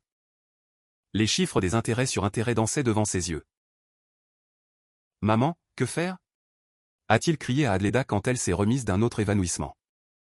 Je ne m'attendais pas à ce que ce projet se retarde autant. Maintenant il n'y a pas de liquide. Et les clients exigent que nous leur rendions le bois de l'entrepôt. Je crois que je vais fuir. Adleda, avec le visage gris et les lèvres tremblantes, a répondu. Si tu fuis, que ferai-je moi avec cette maison? Tout l'héritage des ancêtres, tout l'honneur de la famille. Tout se perdra-t-il par ta faute, Marcos? Elle regardait son fils cadet, qu'elle avait tant gâté. Maintenant il semblait pathétique et lâche. Soudain elle s'est souvenue de moi. Dans les vieux temps. Quand l'entreprise avait des difficultés, je vendais silencieusement ma moto personnelle. Je passais des nuits blanches dans l'atelier pour sauver une commande et je ne permettais jamais que ma mère s'inquiète. Et Marcos, en affrontant la première difficulté, était déjà disposé à fuir. Marcos, calme-toi. J'ai encore quelques terrains au village. Je verrai s'ils peuvent se vendre. A murmuré Adleda en essayant de s'accrocher à la dernière espérance pour son favori. Mais elle ne savait pas que le marché immobilier au village était paralysé et personne ne prêtait attention à son annonce. Pendant ce temps, les fournisseurs de matières premières ont suspendu les envois. Les camions de madras solaire, qui avant allaient et venaient, maintenant étaient arrêtés à l'air libre. Leurs pneus commençaient à se dégonfler. L'apogée a été la notification de la compagnie électrique sur la coupure d'alimentation pour impayés. Les sons des scies et des machines, l'âme de l'atelier, se sont éteints définitivement. Ce silence était plus effrayant que n'importe quelle dispute. Il annonçait l'effondrement inévitable. Marcos ne pensait plus à la richesse. Il craignait le jugement, il craignait la prison. Le titre de directeur dont il s'était tant vanté était devenu maintenant un lourd joug. Chaque après-midi je m'asseyais sous le porche de ma maison aux Asturies, regardant au loin avec l'âme attristée. Alba s'approchait en me mettant dans les mains une tasse de thé au gingembre chaud. Elle ne demandait pas, mais je savais qu'elle comprenait tout. Ne te culpabilise pas, a-t-elle dit à voix basse. Un arbre pour grandir doit s'accrocher à la terre avec ses propres racines. S'il est constamment arrosé avec la sueur d'autrui, quand cette personne s'en va, l'arbre sèche. C'est le prix de la maturité que Marcos doit payer. J'ai soupiré en buvant le thé amer. La tempête de dette à la maison, sans doute, emporterait beaucoup plus. Et je savais que dans une situation désespérée, les gens commettent souvent des actes qu'ils n'oseraient jamais commettre dans la vie normale. Quand l'argent coulait à flot, Béatrice, la femme de Marcos, était pour Adleda la belle-fille en or, habile avec la parole, toujours affectueuse. Et en plus, la mère de Hugo jouissait de la faveur illimitée de sa belle-mère. Mais comme on dit, dans le besoin on connaît l'ami. Quand Madeira Solaire a commencé à s'enfoncer dans les dettes, la vraie essence de Béatrice s'est révélée dans toute sa froide et terrifiante nudité. Les derniers jours, dans la vieille maison on n'entendait plus son rire enjôleur. À la place de la chambre de Marcos et Béatrice arrivaient des cris et le son de vaisselle cassée. « Je t'avais dit de ne pas écouter ses copains à toi », criait Béatrice d'une voix stridente. « Et maintenant quoi? Mon argent, mon or, tu as tout dilapidé dans ce projet fantôme à toi. Je ne permettrai pas que mon fils souffre pour ta stupidité. » Adleda, qui était derrière la porte, entendait ces paroles et son cœur se serrait de douleur. Elle a frappé doucement avec l'intention d'intervenir. Mais Béatrice a ouvert la porte en grand avec le visage en colère. Dans son regard il n'y avait plus l'ombre de l'amabilité d'avant. Elle a regardé froidement sa belle-mère. « Regardez votre fils, maman. Quelle classe de directeur est-ce? Si les créanciers viennent nous expulser. Pour votre information.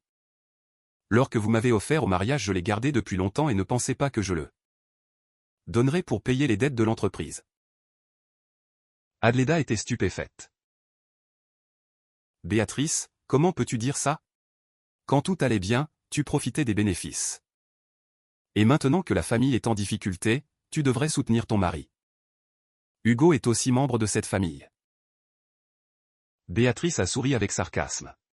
« Membre de cette famille.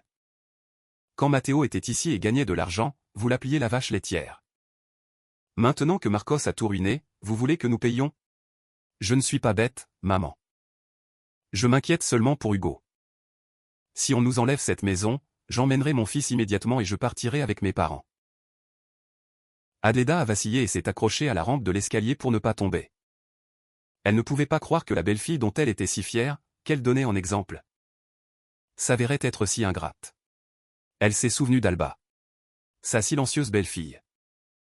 Dans les vieux temps, quand l'entreprise n'avait pas de fonds, Alba enlevait sans se plaindre ses boucles d'oreilles de mariage et les donnait. Alba prenait soin d'elle quand elle était malade. Malgré tous les reproches et humiliations. La cauchemar ne s'est pas terminé là. Béatrice a commencé à sortir ouvertement de la maison tous les objets de valeur. Elle transportait en secret des objets de décoration chers, des services athées anciens chez sa mère. Un jour, en voyant qu'Adleda ne se sentait pas bien et était au lit, Béatrice est même entrée en cachette dans sa commode à la recherche d'un livret d'épargne ou d'or. Caché. « Que fais-tu dans ma chambre ?» a murmuré Adleda. Surprenant Béatrice en train de fouiller dans un tiroir un peu plus d'argent pour la nourriture. « Marcos ne me donne même pas un centime, » a répondu Béatrice avec effronterie. Elle a pris quelques billets sur la table et est sortie sans même la regarder. La trahison de Béatrice a été une douche froide pour Adleda et ses croyances sur la supériorité masculine. Elle a compris que son précieux petit-fils héritier n'était qu'un prétexte pour que d'autres abusent de sa confiance. Quand l'argent s'est terminé, les liens familiaux qu'elle avait si diligemment construits sur la base de sa partialité ont éclaté. Comme une bulle de savon. Cette nuit-là Adleda s'est assise seule dans l'oratoire en regardant le portrait de son mari. Elle pleurait les larmes tardives d'une mère qui avait commis une erreur. Soudain elle a compris qu'elle avait chassé ceux qui l'aimaient sincèrement et avait introduit dans la maison une femme astucieuse et calculatrice. Mais l'orgueil ne lui permettait pas encore de m'appeler.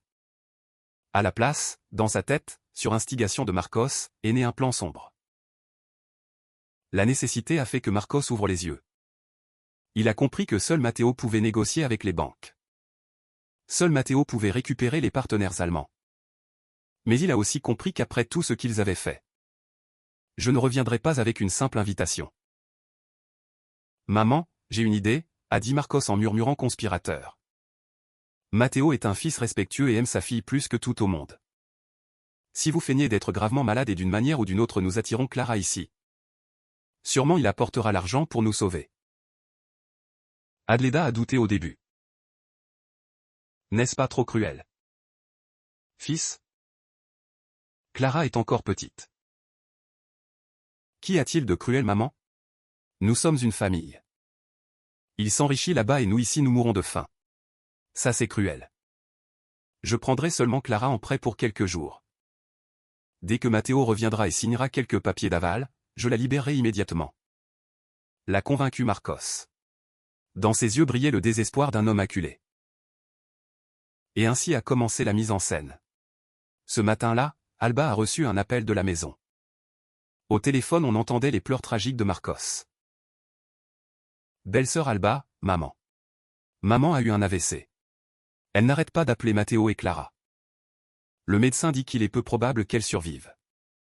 Amène Clara pour qu'elle voie sa grand-mère pour la dernière fois. Alba, en entendant cela, est restée choquée. Aussi mal qu'Adleda les traitait comme belle-fille, elle ne pouvait pas rester indifférente. Quand sa belle-mère était au bord de la mort, pendant que je livrais une commande à un touriste, Alba a pris Clara en hâte et est montée dans un autobus. Elle n'a eu que le temps de m'envoyer un bref message. Matteo. Maman est très malade, au bord de la mort. J'emmène la petite en urgence. Occupe-toi de tes affaires et viens. Quand j'ai lu le message, mon cœur s'est serré. Un mauvais pressentiment m'a traversé. Je connaissais l'état de santé de ma mère. Elle était faible. Mais pas au point que tout arrive si soudainement. J'ai essayé d'appeler Alba, mais son téléphone était hors couverture.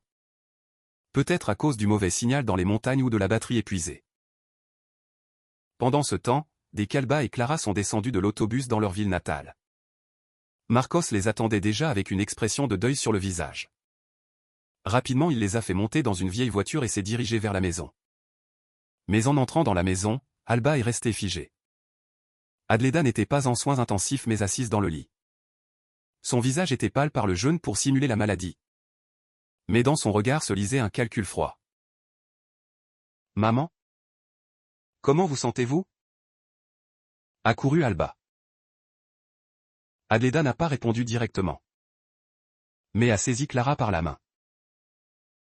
Clara est venue.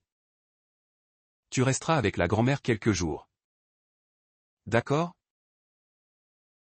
À ce moment-là, Marcos est sorti et a fermé la porte du salon à clé. Son vrai visage s'est révélé.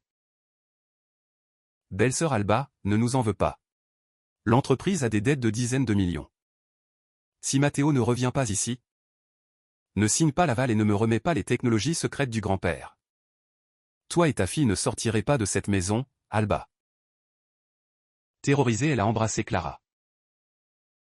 Marcos, que dis-tu? Comment as-tu pu utiliser la maladie de ta mère et retenir une petite fille? Si Matteo l'apprend, tu le regretteras. Nous verrons ce qu'il fait, a souri Marcos avec dédain. Béatrice, emmène Clara en haut et prends bien soin d'elle. Belle-sœur Alba. Appelle Matteo immédiatement. Dis-lui qu'il apporte tous les documents techniques et l'argent en échange de sa fille. Sinon, je ne réponds pas de ce que les créanciers qui sont à la porte feront à ta fille. Clara a crié effrayée. Maman? J'ai peur. Je veux aller avec papa. Béatrice s'est jetée et a arraché Clara des bras d'Alba. Elle a traîné la petite en haut des escaliers sans faire cas de la résistance d'Alba.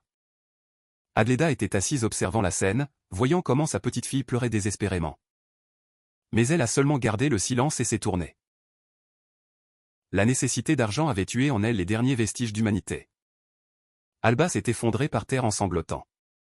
Elle a compris qu'elle était tombée dans un piège cruel, tendu par ses êtres les plus chers. La maison qu'elle avait autrefois considérée comme sienne était maintenant une prison. Mais ils se sont trompés. Ne savaient-ils pas que le Matteo d'aujourd'hui n'était plus ce fils soumis et patient? Quand ta famille devient une source de douleur pour tes enfants, tu deviens une bête pour protéger le plus précieux. Et pendant ce temps, aux Asturies je m'étais déjà monté dans le premier autobus. Dans mon sac il n'y avait pas seulement de l'argent, mais aussi des preuves irréfutables des machinations de Marcos pendant des années. Dans cette bataille je ne reculerai plus. L'autobus nocturne courait à travers l'obscurité. Le rugissement du moteur était un écho de la tempête qui se déchaînait dans mon âme. Par la fenêtre passaient les silhouettes sombres des pins asturiens. C'est dans la place aux lumières dispersées de petits villages. Dans la poche intérieure de ma veste, le téléphone restait silencieux. Pas de nouvelles d'Alba. Je me souvenais des grands yeux ronds de Clara quand elle demandait « Papa, pourquoi la grand-mère aime plus Hugo que moi ?» Alors je lui caressais seulement la tête et lui disais que la grand-mère était occupée, fatiguée. Je couvrais l'injustice de ma mère avec ma magnanimité, espérant qu'un jour la sincérité ferait fondre son cœur. Mais maintenant je me rendais compte de mon erreur. Mon excessive soumission était devenue consentement et aujourd'hui mes êtres les plus chers. Utiliser ma femme et ma fille comme outils pour satisfaire leur cupidité. Matteo, pourquoi as-tu été si respectueux si tu n'as pas pu protéger ta famille? Je me reprochais mentalement, serrant les poings jusqu'à ce que les jointures deviennent blanches. Pendant tout le voyage j'ai relu encore et encore les documents que m'avait laissés mon grand-père. En plus des secrets professionnels. Il y avait un petit cahier avec des annotations sur les dépenses douteuses de Marcos que mon grand-père avait surveillé en secret pendant des années. Mon grand-père était perspicace. Il avait vu les germes des vices de Marcos dans sa jeunesse quand ma mère le gâtait excessivement. J'avais aussi en main des preuves récentes des vieux artisans. Témoignage de comment Marcos sortait de l'argent de l'entreprise pour payer des dettes de jeu. Même quand je portais encore tout. Dans la pénombre de l'autobus m'est venue à l'esprit l'image de mon père. C'était un homme honnête qui avait vécu toute sa vie avec la conscience tranquille. Il savait que s'il était vivant, il n'aurait jamais toléré une telle trahison. J'ai fermé les yeux en essayant de me calmer. Je ne vais pas me venger. Je vais restaurer la justice et la paix pour ma petite famille. Que Dieu protège Alba et Clara. Je priais en voyant à la lumière des phares le panneau de ma ville natale. Ce n'était plus le voyage d'un fils respectueux à la maison. C'était le voyage d'un homme qui revenait pour défendre sa vie.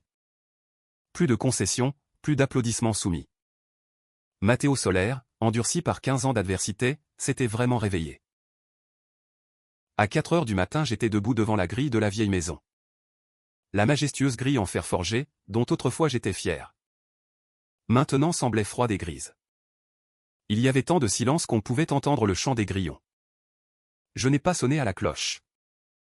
Mais j'ai utilisé une vieille clé que je n'avais jamais pu jeter et suis entré en silence. Dans le salon, l'odeur âcre de tabac et d'alcool bon marché m'a frappé au nez. La lumière était allumée. Marcos dormait la tête appuyée sur son nouveau bureau de directeur entouré de bouteilles vides. En entendant mes pas, il a sursauté et s'est réveillé. Ses yeux étaient rouges par l'insomnie et l'alcool. Qui est là? A-t-il crié. Et puis, en me reconnaissant, son expression est passée de la surprise au triomphe. Ah, frère aîné, que tu es vite revenu. Je le savais. Seule Clara pouvait te faire revenir dans ce trou. Je ne l'ai pas regardé. Mon regard était fixé au 2e étage, d'où arrivait le pleur silencieux de Clara. Où est Alba? Où est ma fille? Libère-les immédiatement. Ma voix était basse. Mais avait un tel poids que Marcos a reculé. Ne m'effraie pas. Il s'est levé en titubant. Tu vois? Les créanciers ont entouré la maison. Tu as de l'argent, tu as les secrets du grand-père, tu dois tout remettre pour me sauver. Pour sauver maman. Sinon, ta femme et ta fille ne sortiront pas d'ici. À ce moment-là, ma mère est sortie de sa chambre. Elle avait beaucoup vieilli et était amaigrie. Son visage était pâle par la maladie feinte et maintenant reflétait la peur. Elle n'osait pas me regarder dans les yeux et seulement à balbutier. Matteo. Nous n'avions pas d'autre option. Marcos doit tant d'argent. Ils ont menacé de nous tuer. J'ai regardé ma mère et mon cœur s'est serré de douleur. Maman, pour sauver Marcos, tu as trompé ta belle-fille et kidnappé ta propre petite-fille. Te souviens-tu encore de ce que sont les liens familiaux? Clara n'a que 6 ans. Quelle faute a-t-elle?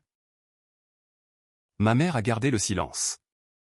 Les larmes roulaient sur ses joues ridées, mais Marcos ne s'est pas arrêté. Assez de bavardage. Tu as apporté l'argent. Tu vas signer l'aval. Je me suis approché et ai donné une gifle à Marcos. La même gifle que j'aurais dû lui donner 10 ans plus tôt quand il a commencé à se corrompre. Marcos est tombé sur un tas de bouteilles. Du coin de ses lèvres a coulé du sang. Écoute-moi bien, Marcos. Je ne suis pas revenu pour te donner de l'argent pour tes fêtes. Je suis revenu pour emmener ma femme et ma fille, et pour tes péchés tu répondras seul. À ce moment-là, Béatrice est descendue en courant les escaliers avec un vase en porcelaine dans les mains. Disposée à me le jeter. Ingrat. Veux-tu tuer ton frère? Un pas de plus et je pousse ta Clara dans les escaliers. Je me suis arrêté et les regardé avec une froideur glaciale. Béatrice. Ne crois pas que je ne sais pas comment tu as sorti en secret des objets de valeur chez ta Mercé. Dernier jour. Vous montez un théâtre, n'est-ce pas? L'un feint d'être la victime pour extorquer de l'argent et l'autre prépare la retraite. Béatrice est restée figée. Son visage a pâli. Ma détermination les a tous laissés en choc. Je n'étais plus le fils docile qu'on pouvait humilier. J'étais un père luttant pour sa fille. Mathéo. Que dis-tu? Marcos a son propre argent. A demandé ma mère d'une voix tremblante. Ses yeux étaient pleins d'incrédulité. Je n'ai pas répondu avec des mots. J'ai sorti de la poche une pile de documents et les ai jetés sur la table. Regardez, maman, voici l'extrait du compte personnel de Marcos que j'ai demandé. Pendant que vous rassembliez pour lui vos dernières économies, il a transféré plus de 2 millions à un compte secret au nom de sa belle-mère. Tu mens, canaille, veux-tu détruire notre famille? A crié Marcos en essayant d'arracher les papiers. Je l'ai écarté et ai continué. Ce n'est pas tout, maman. Ces terrains dans lesquels soi-disant il a investi sans succès. En réalité il les a donnés pour solder une dette de jeu il y a 3 ans. De toutes les dettes de Madeira Solaire, 60% sont des contrats fictifs qu'il a signés pour sortir de l'argent liquide pour ses divertissements. Ma mère a pris les documents. Ses yeux voilés essayaient de déchiffrer les chiffres. Chaque page qu'elle tournait était comme un coup de poing au cœur.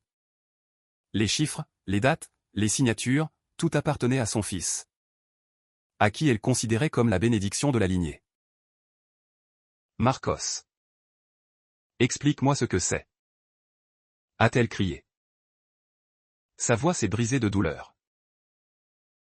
Marcos s'est effondré à genoux. Toute son arrogance s'était évaporée. Il a commencé à pleurer comme il le faisait toujours pour supplier le pardon de sa mère. Maman? On m'a trompé.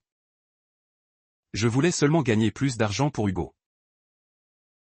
Béatrice, voyant que la chose tournait mal, a essayé de s'échapper en haut des escaliers. Mais je lui ai coupé le passage. Où allez-vous, Béatrice? Où est la clé de la chambre où vous avez enfermé Alba et Clara? Donnez-la-moi. La crude vérité s'est révélée avec les premiers rayons de l'aube qui filtraient par la fenêtre. Madeira Solaire ne s'était pas effondrée par le départ des partenaires ni par mon départ, mais par la pourriture interne que ma mère avait nourrie toute sa vie avec son amour aveugle. Je me suis approché de ma mère. Ma voix était triste, mais ferme. Le voyez-vous maintenant, maman? Celui en qui vous faisiez le plus confiance vous a planté un couteau dans le dos. Et celui que vous avez toujours rejeté est le dernier qui reste ici pour vous montrer toute cette pourriture. Ma mère a vacillé. Le médaillon est tombé de ses mains et a frappé le sol avec un bruit sourd. Elle s'est effondrée dans le fauteuil, se couvrant le visage avec les mains. Cette vérité était trop cruelle pour une mère qui avait vécu toute sa vie dans le mensonge. Maintenant ni Marcos ni ma mère ne m'importaient. Je suis monté en courant et ai enfoncé la porte de la chambre sombre où était enfermée Alba et Clara. En me voyant, Clara s'est jetée à mon cou avec un fort sanglot. Papa. Je savais que tu viendrais nous sauver. Alba était amaigrie par une seule nuit. Elle ne pouvait rien dire. Seulement m'a embrassé avec force. Ses épaules tremblaient. J'ai pris ma fille dans mes bras et ai emmené ma femme en bas. En passant par le salon, j'ai vu que Marcos était encore à genoux. Ma mère était assise comme une statue de pierre. Maman, je me suis arrêté à la porte. J'emmène ma femme et ma fille aux Asturies immédiatement. Je m'occuperai des dettes de l'entreprise avec un avocat dans le cadre de la loi. Marcos devra répondre de ses actes. Et vous, maman, prenez soin de vous. Je suis sorti sans regarder en arrière. Le soleil est sorti, illuminant le chemin devant. Le cauchemar était terminé. Mais je savais que la blessure au cœur de ma mère et la douleur de cette famille tarderaient beaucoup à guérir. Mais à partir d'aujourd'hui, ma famille trouverait la vraie paix. Dès que j'ai sorti Alba et Clara dans la cour, une voiture noire et élégante s'est arrêtée brusquement à l'entrée. En est sorti Monsieur Velasco, un avocat d'âge avancé. Le meilleur ami de mon grand-père depuis la jeunesse. Dans ses mains il portait une mallette en cuir vieille et usée, mais d'aspect très important. Son apparition a fait que tous se taisent. « Pablo, pourquoi êtes-vous ici à cette heure » a murmuré ma mère. Sa voix tremblait par un mauvais pressentiment. Monsieur Velasco ne lui a pas répondu immédiatement. Il m'a regardé, a acquiescé en guise de salut puis a dirigé son regard vers Marcos, qui était encore à genoux. Je suis ici par la dernière volonté du défunt Ramiro. Il m'a demandé que si Matteo devait utiliser la clé de rechange pour entrer dans sa propre maison. Cela signifiait qu'une grande malheur était arrivée dans la famille. Et à ce moment je dois lire le deuxième testament. Le deuxième testament, a crié Marcos. Dans ses yeux injectés de sang a brillé la terreur. Ma mère est la seule héritière. Vous mentez. Vous êtes de mèche avec mon frère pour vous approprier notre propriété. Monsieur Velasco a ouvert tranquillement la mallette. A sorti un document notarié et l'a mis sur la table. Marcos chalmeusé. Le testament que garde Adleda se réfère seulement à l'administration temporaire et voici le testament définitif sur le droit de propriété. Il a commencé à lire d'une voix claire et uniforme. Moi, Ramiro Soler, propriétaire de tout le terrain et de la maison dans la rue du Jardin numéro 12. Ainsi que du 70% des actions de l'entreprise Madeira Solaire. Je lègue ce qui suit. Toute cette propriété se transfère en usufruit viager et géré par ma fille Adleda Soler. Cependant, en cas de dispute familiale, maltraitance d'enfants ou petits-enfants, ou si l'administrateur Marcos Soler commet des actes qui conduisent à la ruine de l'entreprise familiale, par le jeu ou la fraude, tous les droits de propriété passeront immédiatement à mon petit-fils aîné, Matteo Soler. Dans la pièce s'est fait un silence sépulcral. Monsieur Velasco a regardé directement ma mère. Adleda. Les preuves de jeu et de malversation financière de Marcos que Matteo vient de présenter sont suffisantes pour activer cette clause. Par la loi, cette maison et tout ce qui reste de Madeira Solaire appartiennent maintenant à Matteo. Vous ne pouvez résider ici qu'avec son consentement. Ma mère, en entendant cela, est restée sans âme. Elle avait lutté la moitié de sa vie pour le pouvoir, pour ses favoritismes, pour le droit de dicter des conditions, se considérant la reine de ce petit royaume. Et elle ne soupçonnait pas que son propre père, mon grand-père, avait tout prévu. Il avait placé une bombe à retardement pour protéger son petit-fils chéri. Marcos s'est jeté sur le testament. Mais je l'ai intercepté et l'ai assis sur une chaise. N'use pas tes forces, Marcos. J'ai invité Monsieur Velasco pour que tout soit légal. Dans cette maison tu ne décides plus rien. Béatrice, en voyant que le navire de Madeira Solaire coulait définitivement, a sorti discrètement le téléphone et a commencé à écrire à quelqu'un. J'ai compris qu'elle préparait sa dernière fuite et ma mère regardait alternativement le testament. Moi, Marcos, elle s'est rendue compte qu'elle était restée sans rien. Non parce que quelqu'un lui avait enlevé quelque chose, mais parce qu'elle-même avait tout livré entre les mains d'un destructeur. La justice n'a pas tardé à arriver. 2 heures après la lecture du testament, la porte de la maison s'est ouverte à nouveau. Cette fois sont entrés des hommes en uniforme. Les malversations financières, les contrats fictifs et surtout les dénonciations des partenaires escroqués ont conduit à la citation de Marcos pour un interrogatoire. Il ne pouvait pas se tenir debout quand on lui a lu la citation. Il regardait sa mère et suppliait. Maman? Sauve-moi. Je ne veux pas aller en prison. Frère? Je t'en supplie. Sauve-moi cette fois. Ma mère? Vacillant. Accourut et s'est jeté aux pieds de l'inspecteur. Messieurs. Mon fils. Pour une bêtise. Je paierai toutes ses dettes. Ne l'emmenez pas. Je suis resté debout avec le cœur froid. Ma patience s'était épuisée au moment où ils ont enfermé Clara. Je me suis approché de ma mère et l'ai aidée à se lever.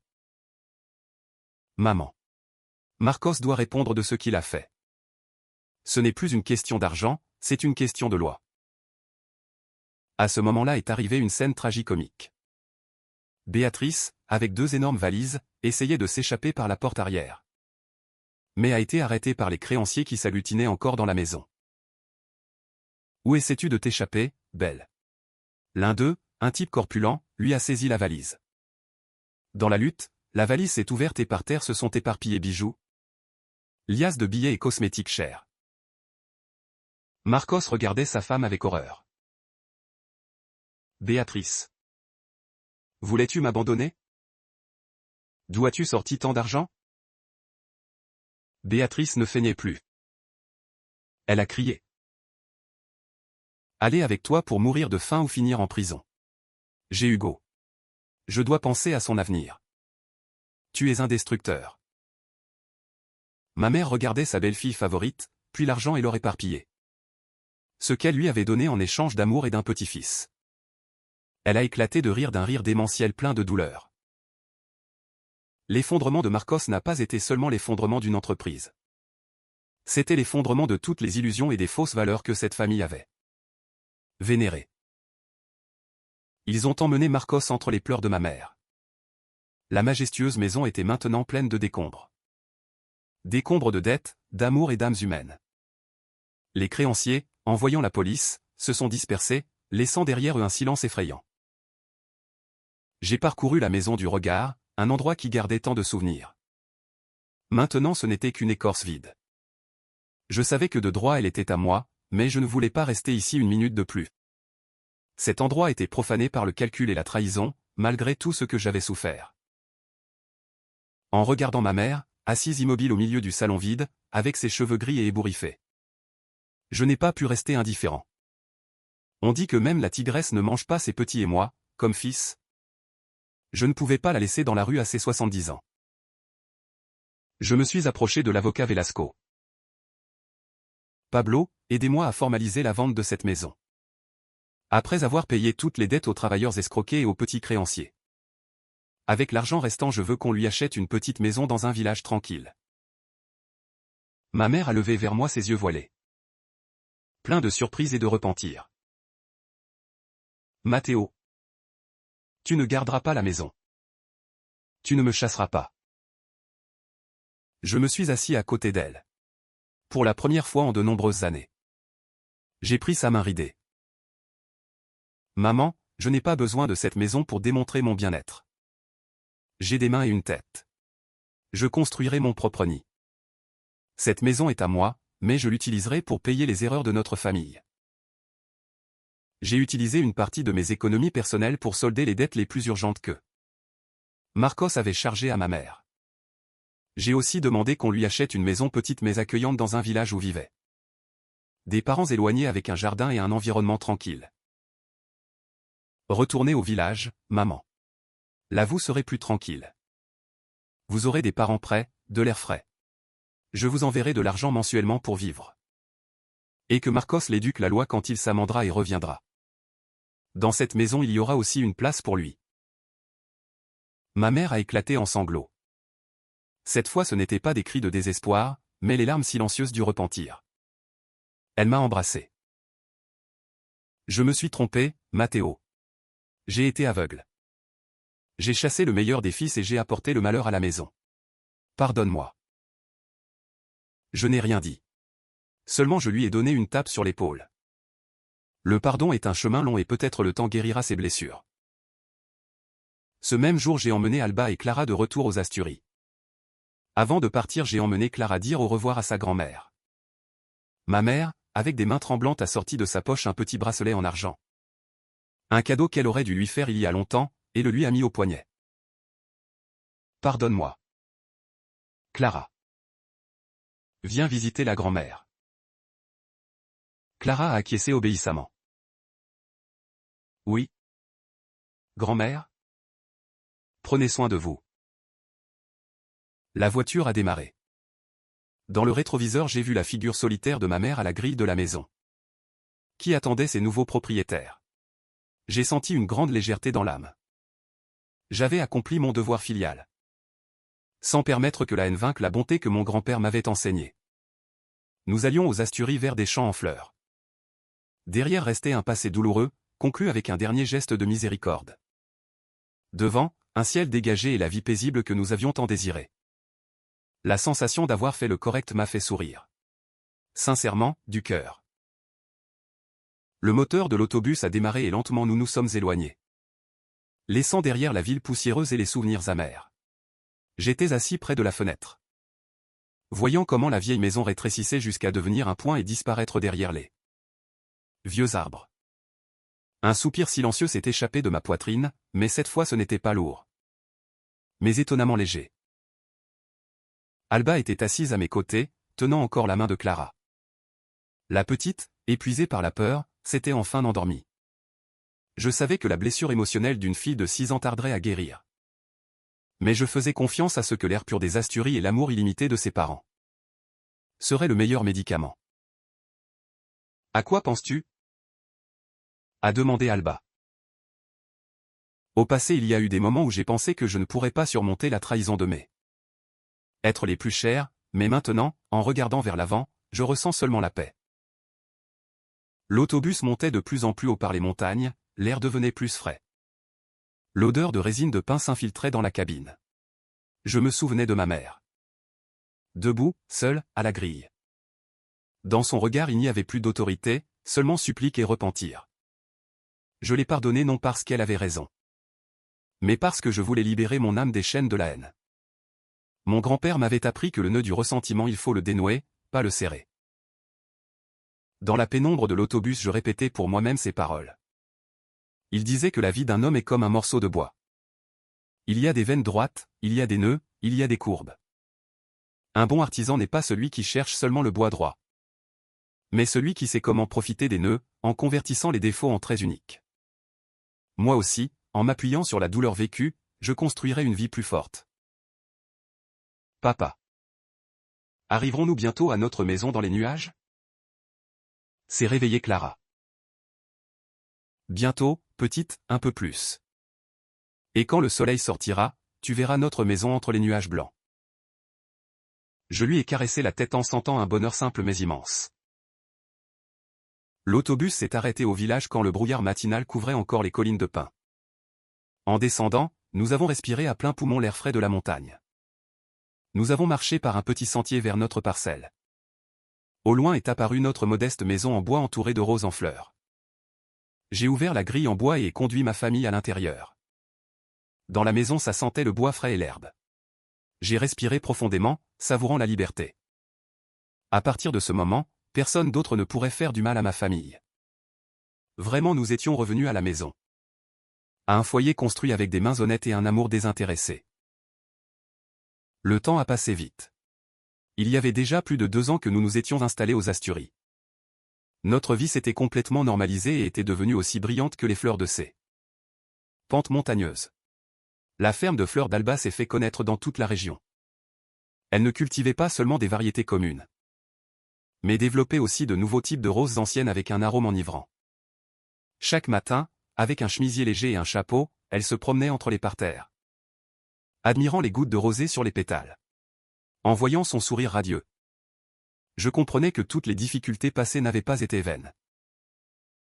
Mon atelier, l'atelier de Mathéo, s'est aussi fait connaître parmi les connaisseurs de l'art grâce au secret de mon grand-père pour traiter le bois. Mes pièces étaient durables, avaient une couleur naturelle et le plus important, ne sentaient pas les produits chimiques. Les touristes passaient souvent non seulement pour acheter quelque chose, mais aussi pour voir mon travail. J'ai aménagé un coin dans l'atelier pour enseigner ce métier aux jeunes pauvres de la zone. Je leur disais que l'essentiel dans cet art n'est pas l'habileté des mains, mais l'âme. Il faut sentir le bois comme une personne. Clara a commencé la 2e année. Elle grandissait comme une fille belle et intelligente. Elle adorait dessiner.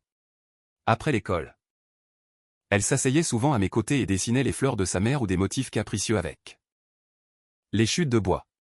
Son rire sonore remplissait notre maison de lumière. Chaque mois j'envoyais ponctuellement de l'argent à ma mère et demandais aux voisins de prendre soin d'elle. Il me racontait qu'Adleda vivait maintenant de façon très modeste.